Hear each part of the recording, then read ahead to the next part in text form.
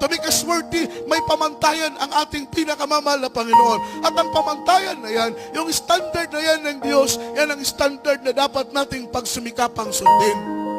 Palakpakan po natin ang ating mahal na Panginoon. Yung mga standard na yan, itinuro yan ng mahal na Panginoon sa ating kagalang-galang na pastor. Yung mga pamantayan na yan, itinuro yan ng mahal na Panginoon sa ating beloved assistant pastor. At yung mga pamantayan na yan, yan ang itinuturo sa atin sa buong Luzon, sa buong Visayas, sa buong Mindanao. Ano po ang layunin? Upang ang presensya ng Panginoon, kapangyarihan ng Diyos ay manatili sa atin dahil nakakasunod tayo sa tamang pamantayan na itinuro sa atin ng ating kagalang-galang na pastor. Although na mahirap ang standard ng Diyos, ngunit wala tayong magagawa dahil gusto natin na langit ang mga pamantayan na yan na ilinatag ng mahal na Panginoon. Mga minamahal para sa ikabubuti ng bawat isa sa atin.